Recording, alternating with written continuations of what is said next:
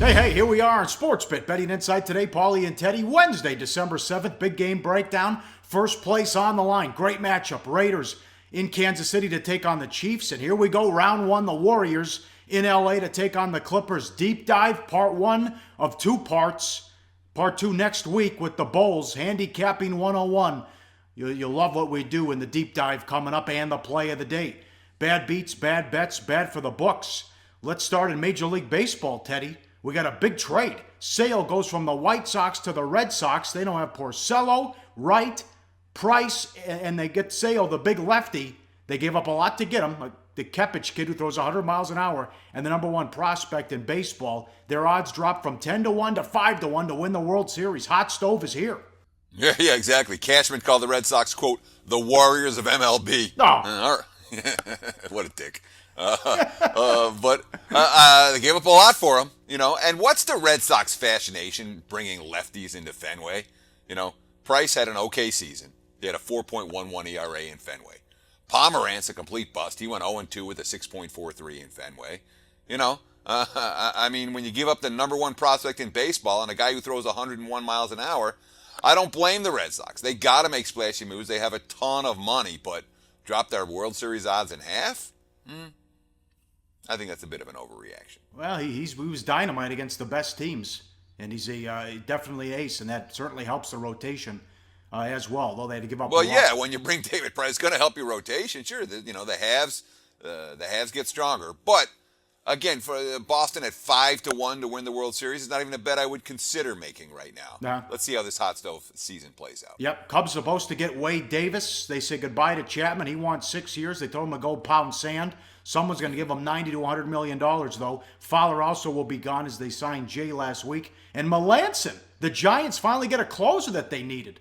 Yeah, boy, they've needed him, though. We'll see. And you know how closers are. 1 year they're great. The next year, not so much.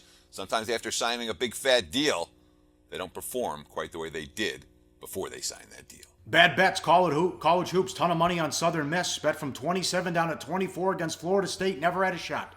No, 98-49, the final. Seminoles playing defense once again this season, and the weaker offensive squads, the squads having a tough shooting night, are going to have a very hard time against Florida State. Books caught with their pants down. This was rare. What happened in this Wisconsin-Green Bay total? Yeah, well, these are two teams that played each other earlier in the season on a neutral. Over was open to 165.5. Got bet up to 173. 204 points. Scored in that ball game. Books put out a bad number. They paid the price. The wise guys saw it right away. Yeah, also bad for the books continues. Heavy steam on the Magic Wizards game over. It went over with 7 minutes left in the fourth quarter, a shootout. Yeah, 7.5 minutes. John Wall went for 52. He had 8 assists, but the Wiz down by 20. Couldn't close the gap. Couldn't get a stop. All right, and money came in on the Sixers. They know the Grizzlies couldn't be laying 8.5. Yeah, wire-to-wire cover for Philadelphia. They led they led with less than 2 minutes to go, but Memphis, a 7-0 run to close out the game, even with Zach Randolph and trick-or-treat Tony Allen missing free throws. That's 4 straight Memphis wins, all of them down to the final possession. And that's huge to get those in the standings with Conley out. Memphis, one of those teams that's finding ways at the end of games to get stops. Teams that can get stops in the last 2 minutes, regardless of their offensive flaws, are very live in games at or near pick'em. And also bad for the books. One more. This 6.5 was available. 7.5 was available. Utah blew a 20-point fourth quarter lead against the Suns. It was tied. They win by 7. Hayward fouled with 5 seconds left. He splits the free throws. Yeah, Hayward never misses a free throw, and that ended up being a very big missed free throw when it came to the point spread. Obviously, when you can get minus 6.5 in the favorite and plus 7.5 in the dog, and it lands 7. No. Not a good result for the house. Of course, it's an early December game between Utah and Phoenix. We're not talking about middling the Super Bowl or something like that, but certainly the house rooting for Hayward to hit them both. He only got one. The Jazz showing some late fatigue on the second night of back-to-backs. Up next, the first place Raiders against the Chiefs. Huge matchup in the NFL. And the Clippers and the Warriors coming up. And don't forget the deep dive, handicapping the Bulls, betting 101. That's next on Sportsbet. Betting Insight today on SBRpicks.com. Go to SBRodds.com. Browse, compare, and shop live odds available at top online sportsbooks. Back on Sports Pit Betting Insight today. Time for a big game breakdown. Check out the live odds screen. Sportsbookreview.com. Raiders and the Chiefs. Chiefs at home, 3 minus 125, 46 the total. Raiders are the 1 seed right now in the AFC, 10-2. Chiefs on a roll, 9-3. Road team has done well in this series, ATS, for a long, long time. 21-6 ATS the last 27. Oakland's 8-2 ATS the last 10 in Kansas City. The first meeting, Chiefs won 26-10, held the Raiders to 285 yards, although it was a bad spot for the Raiders, Teddy. They couldn't get anything going on offense, though. Yeah, I remember I cashed a ticket with Kansas City in that game, and it was pretty much a bet. It was a bet-on spot for KC and a bet-against spot for Oakland. So when it comes to weighting those statistics, I don't weight them quite as much, perhaps, as the market is going to do for this ballgame. Obviously, with the Chiefs, there's some 3.5s popping up on Kansas City right now. There is a lot of respect for KC in the markets. And, remember, Oakland was coming off that grueling win over the Chargers. The Chiefs were coming off a bye, Andy Reid's record off a bye. And it was an Oakland team that at the time was a little bit fat and happy. Of course, they've won 6 in a row coming into this game, so maybe they're fat and happy as well. But we're talking about a team and a trend, as you mentioned, 21-6 ATS for the road team. That's not a short-term trend. And Oakland, covering 8 of the last 10 at Arrowhead, that's not a short-term trend either. Hard for me to make a case for Kansas City, even though December in KC, we're talking about kickoff temperatures in the teens. Yeah. Wind chill in single digits. Yeah. The Raiders are 6-0 away from home. 6-0 straight up and ATS away from home. But they haven't played the division games. 3 of their last 4 are road games in the division as we start with this one coming up on Thursday. Now, this could work both ways. They didn't have the energy in the first game. Now do they have the poise, with stupid penalties and some issues on defense. They don't play 4 quarters, Teddy. They usually struggle out of the gate, slow first half. You saw what happened against Buffalo. I guess it's a testament to Del Rio that they've been able to go 10-2, but this will come back to bite them if they don't play a full game. And it could bite them Thursday if they don't play a full game and get off to a slow start. You can't keep rallying in the second half of these games. They've rallied pretty well. But let's be real about the Raiders season and why nobody has Oakland power rated even equal with New England. Raiders won a lot of coin flip games, and that'll happen. You'll have teams that'll go 10-2 instead of going 8-4 or 7-5 because they're winning a lot of tight games. You say, oh, they're poised. Yeah, they have been poised down the stretch. Let's not take it away from them, but there's certainly some randomness, some coin flipping element to the success. You talked about that 6-0 straight up and away ATS, the 5 road games, and then the neutral site game in Mexico that actually counts as a home game for Oakland. But, this is a high-pressure setting, and we haven't seen Oakland have success in these settings at any point in the last decade.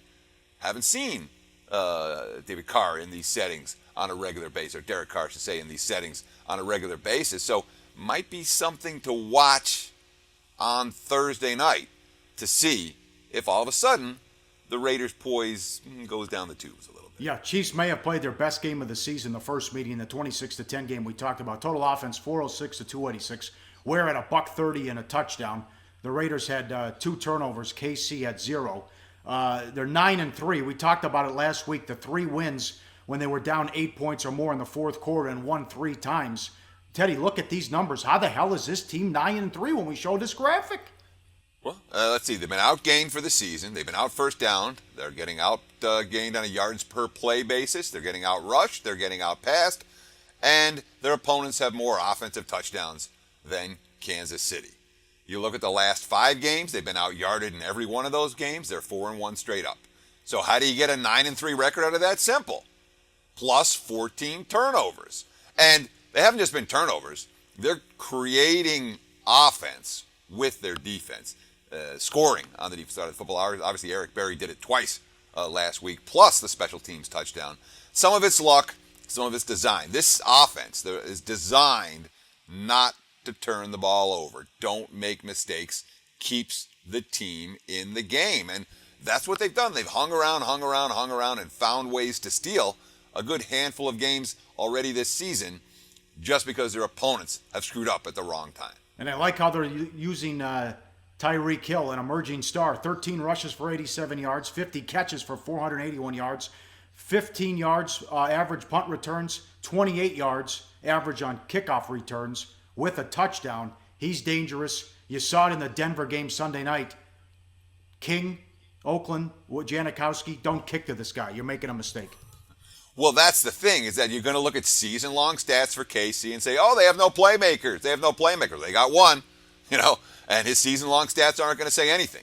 He's coming on of late. Worth noting, last week, Kansas City had 7 plays of 20 or more yards, the explosive offensive plays.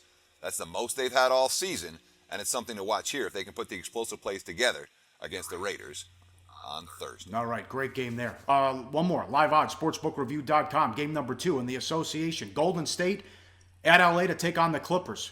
Golden State 4, 224 the total. Golden State went 4-0 against the Clippers last year, but only 2-2 ATS. We didn't do a lot of this yesterday, Teddy. We just mentioned it, what he did in the half, but we saved it now because we knew we were going to talk about this game. Klay Thompson, 60 points in 29 minutes? Yeah, pretty epic. He sat down with 1:22 left in the third and didn't return, and people are bitching at Steve Kerr for benching him, for sitting him. No, you don't. Golden State's not about individual records. Golden State's about winning a championship. You're in a blowout win. You leave your stars on the bench. I have no issue with that whatsoever. But when you talk about 2.07 points per minute, that's the equivalent of what Wilt Chamberlain did when he reached 100. That's 99.4 out for a full game. So, Wilt Chamberlain, you don't hear that record talked about very often. He's the first player, obviously, in the shot clock era to score more than 60 when playing less than 30 minutes. His plus-minus for the game, plus 37 over 29 minutes and 3 seconds. And he wasn't just bombing away from three-point land. He was 13 of 19 on 2-point attempts, Pauly. The quote, I think it started for me when I got a few layups in the beginning. That really opened up my game. Whenever I'm active off the ball, that's when I'm at my best. He was certainly at his best on Monday night. This team is a machine offensively, 115.4 points per 100 possessions, 1.5 points more than any other team. The D keeps improving. Now they're up to number 9 in the league, and they're finally getting some help on the boards as they're 13th now with the battle of the boards.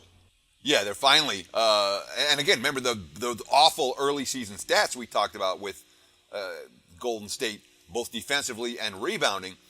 They're finally into the plus. They're out-rebounding their opponents in the aggregate over the season, which means given that bad start, they're even better. Same thing with the defense. They're number 9 on defense right now. They were, 23rd when we talked about them before? It was way down in the 26th maybe? So they've even been playing higher than that level ever since. This team is a juggernaut right now. Pauly didn't take long. It took the Warriors a little while, as we expected that it would. But right now, man, this team's tough to step in front of. That being said, you have to wonder, does the game that Klay Thompson have fire up this Clipper team? You know it's a statement game for the home underdog. Yes, and guess what happened? They had the huge win on national television. They blew out the Cavs. They returned home after the long road trip where they laid an egg at home against Indiana. It happens all the time, Teddy. Sure, but now, since that egg against Indiana, they've had 2 days of practice at home. That's the first time this has happened since the season began. That's a difference maker for a lot of squads when Doc Rivers gets extra chance to hang out with his guys on the practice floor in the comfort of their home environment. Rivers, quote, you look them in the eye, you guard them. Talking about the Warriors. They're no different than anyone else. They're just really good. They're great shooters, but we're good too. It's funny. I don't talk about them a lot or anyone a lot. I talk more about us, like what we have to do and get back to doing defensively. But you guard them just like any other team. If I've learned anything in this league, when you start changing stuff, then you're going to get destroyed against whoever that is. So don't expect wholesale changes for what the Clips are going to do against the Warriors, even though they went 0-4 against that team in straight-up fashion last year. All right, that's a great game. Up next, bowling for dollars. We'll do the bowls, part 1 to 2 parts, coming up on the deep dive next on SportsBit. Betting insight today on SBRpicks.com. Do your research before you bet. Check out our ratings guide to see which books have the best ratings and sign-up bonuses. Open up several accounts and shop for lines at SBRodds.com. Always be ahead of the game. Yes, back on Sports Pit, Pauly and Teddy, betting insight today. Look at this guy. Great for the show, great for SBR. Tell people where you're going to be Thursday. Yeah, Thursday night, 8 o'clock Pacific time. It's 11 o'clock on the East Coast. If you watched Iowa State and college hoops, leave the TV on ESPN2. There's a Vice World of Sports piece called The Line. It's about the part I'm in is about the Super Bowl between the Seahawks and the Patriots. So it's a little bit dated, but it's pretty cool. Check it out. Set your DVRs. Again, Thursday night, 8 o'clock Pacific. It's 11 o'clock on the East Coast after the Iowa State game on ESPN2. Nice good little national TV pub every once in a while. It's been a while, man. It's been since Deadspin ripped me. You like to get those now and again. Yes, there you go. Deep dive, part 1, the bowls. And you can go to SBR Forum for their bowl contest as well. It starts December 17th with all the games. Bowl handicapping 101, basic strategies, mainstream thought processes, why we don't play the so-and-so beat so-and-so game. It's real simple. Okay, don't ever start playing the so-and-so beat so-and-so game. Bama's undefeated. We can't use them. So we got to start with number 2, Clemson. So here we go. Clemson lost to Pitt. Pitt lost to Oklahoma State. Oklahoma State lost to Central Michigan. Central Michigan lost to Kent State. They lost to North Carolina A&T, and North Carolina A&T lost to North Carolina Central. That is the number 194 ranked team in Jeff Sagarin's ratings. So therefore they have to be better than Clemson, right? Of course not. It's silliness.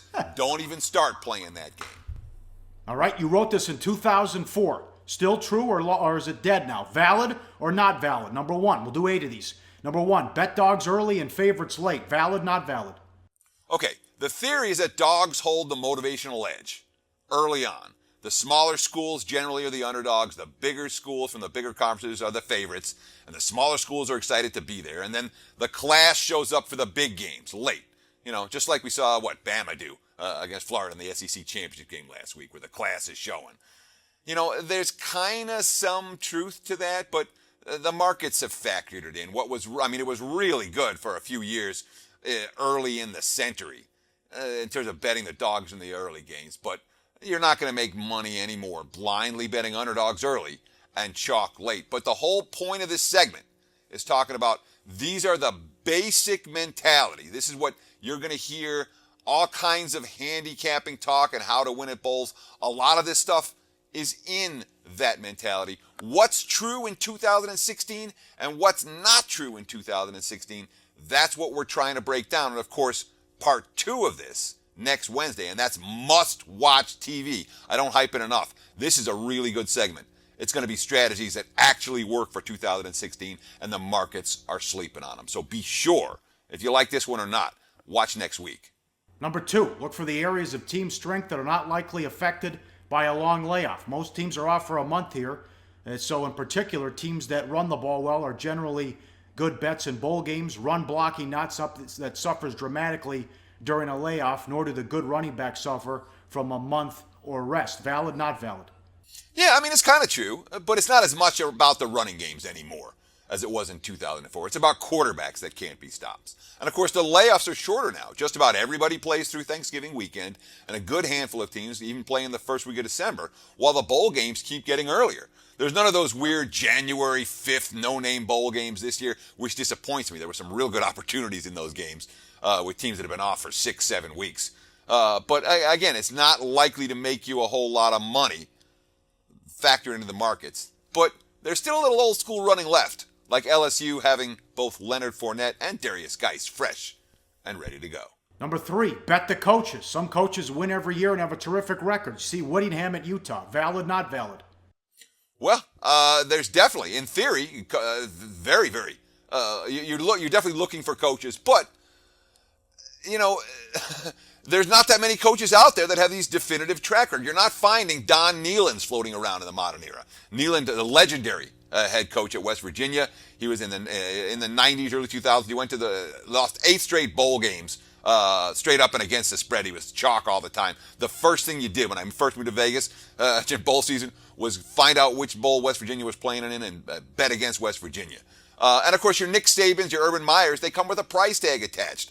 It's not something the markets are sleeping on, but once in a while you find a coach the markets are sleeping on. How about Bill Snyder? The long-term track record's good. Just 1-5 straight up and against the spread in bowls since returning to Kansas State in 2009. Number 4, look for talented and motivated quarterbacks. Most quarterbacks are leaders of the team, and they want to do well and put on a show for the scouts. Valid, not valid. Oh, yeah, that's still very valid. I mean, if a quarterback is prepared to make a statement in his bowl game, he's the type of quarterback that's going to surround whose teammates are going to buy into what he's trying to do, and they generally are the type of quarterbacks worth supporting with a wager. High character quarterbacks with talent matter as much as any other factor in bowl games. Guys like, I don't know, Greg Ward, not just his final game at Houston, but perhaps serving as a coach on the field with Tom Herman gone. Number 5, defenses mean more than the offense. Bet on a good defense. Yeah, I mean, there's some truth to that. But circa 2016, I want underdogs that can score more than I want favorites who can play defense. That being said, in the class mismatch games, beware the offensive juggernaut who was suddenly up against a Big Ten or an SEC defense. Remember Memphis versus Auburn last year? The class one I remember, Hawaii playing Georgia in a BCS bowl game. You know, we'll be talking about one of the biggest defensive mismatches of all the bowl season. We talk about Stanford, North Carolina in a couple of weeks. But be very aware of those teams that have put up big numbers against lesser defenses and now have to step up in class defensively. Number 6, look for teams that are searching for respect. One team's getting all the hype. The other team is seen as just lucky to be there.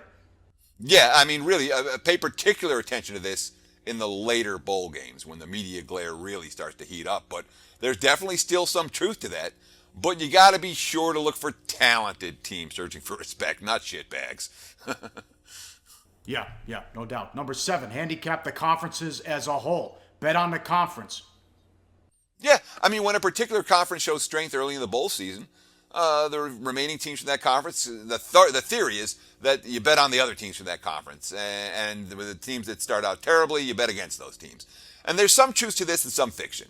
The truth, every year some conferences are going to underachieve ATS and some conferences are going to overachieve ATS. And if you can identify them very early, you can make money. But the fiction, oftentimes by the time you figure out which conferences that are good and which conferences are bad, it's too late.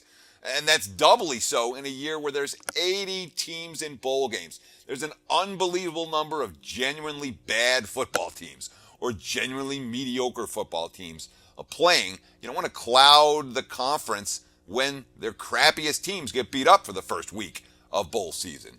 And the very good teams from the bad ATS conferences can be undervalued in the end because the markets don't sleep on the handicap the conference as a whole as the bowl season progresses. Yes, last one, number 8. I like this. It's simple. It's easy. Don't be afraid to pass. There's 40 games now. Yeah, I mean, the quote that I used in the article from 2004 was that the entire bowl season is about half the games of a normal Saturday college football card. That's no longer the case. Now it's about 75% for the entire bowl season of a normal Saturday college football card. If you're betting every game, you have a problem and you need some help. I had a great bowl season last year. I made 13 plays for my clients and a handful of too late to release wagers, a handful of free plays. All in all, I bet less than half the games. But whatever you do, don't kill your kids' Christmas with a bunch of bad bets. My personal single worst sports betting experience was a bowl season in the mid-90s before I moved to Vegas. I lost early, and then I started chasing, and I was betting on teams I hadn't watched and didn't know, and it changed my life. It legitimately changed my life, that one bad bowl season, because after that, I said, if you want to bet, you got to take it seriously. I took it seriously. I ended up in Vegas, and I've been out here for almost 20 years, so I don't mind that happened in retrospect, but I'll tell you what. That was a frickin' horrible time, and I don't wish that on anyone. Don't be stupid. Don't be afraid to pass. Excellent. Very good. Part 2 next Wednesday. How to actually make money. It's going to be dynamite. You'll want to check that out. Part 2 on the deep dive next week. Money time. Play of the day. 30-19 run. Back to the association. Betting number 714. Milwaukee at home against Portland. Milwaukee laying 2. You can expect to see the Bucks on a regular basis here. Although they're talking about Greek Freak on Wilbon and on PTI with Wilbon and Corners the other day. I don't like that, but they're not getting a lot of pub. They should have beat the Spurs at home the other day. Lost by 1. They will beat Portland at home tonight. Betting number 714. The Bucks on a roll. Teddy, you like this team a lot? Well, that's what we say. We said Milwaukee's going to go 20-10 ATS over the next 30 games. We're going to have Milwaukee a lot as a play of the day. You're going to see how much money the Bucks are going to make us. If I'm right. All right. So far, 1-0. Some great NBA coming up the rest of the week. Army, Navy, and we'll get to the NFL. It's a loaded card with some great games, especially the primetime games are awesome. We'll talk to you then. We'll see you Thursday on SportsBit. Betting Insight today on SBRPicks.com.